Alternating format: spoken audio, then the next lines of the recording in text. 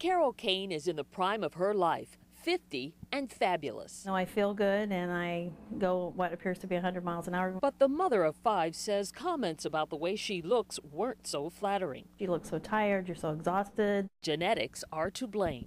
My mother needed eyelid surgery because it got so severe that it caused problems with her vision, and I didn't want to let it get to that. Plus I wanted just a refreshed look, so I'm kind of excited about that. Well, relax, today's going to be real easy. Now today in office, just to review, we just took your photos, basically starting from the top down, 2 little access points in the hairline here and here that allow us to come down with little endoscopes. But Carol wasn't excited about scheduling cosmetic surgery under general anesthesia. In fact, she admits the thought of an operating room frightened her. I've had nausea with anesthetic. Okay, we're going to go ahead and get started here. How are you feeling? You feeling okay? You drowsy enough? Good. All right. You're all numbed up now, so from this point forward, you're just going to feel me touch. You're not going to feel anything but a little bit of pressure. You comfortable? You feeling sleepy? But Dr. Tim Gillum offers patients like Carol the option of having a facelift in the office.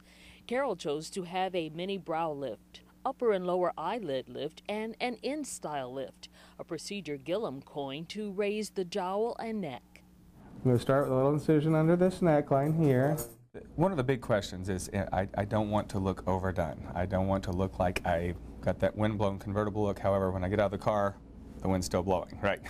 So the reality is, and kind of the hallmark of my practice is to just restore what has happened with time and gravity and genetics and give a very natural result. These techniques can be performed under local sedation. Go ahead and just keep your eyes closed, okay? Local and oral sedation has been done for some time, but over the last few years we've really developed a technique with the newer topical numbing creams that penetrate better, coupled with a nice little cocktail of oral sedation that really puts patients in a martini haze, if you will. And that's actually what attracted me to it. I was trying to cut down on expense, and the idea of not having anesthesia and having to do it in an office setting seemed more pleasant for me.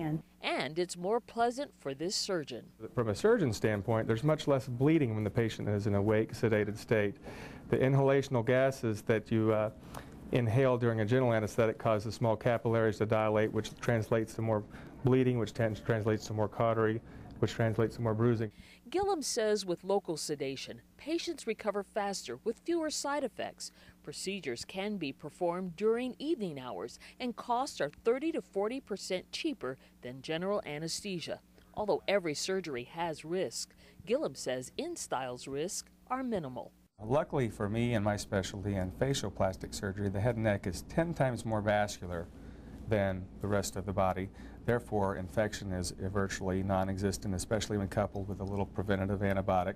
It was similar to like when I had my wisdom teeth taken out.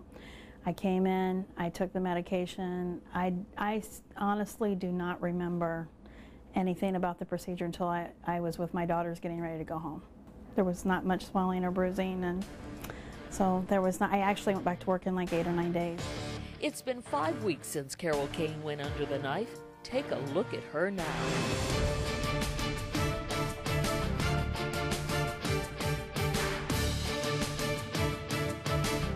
I'm very happy. I am so happy. It's everything I had hoped for and more. Carol's new look is motivating her to make lifestyle changes. She's dieting and exercising and plans to drop 65 pounds by her next birthday. I wish I had done it before.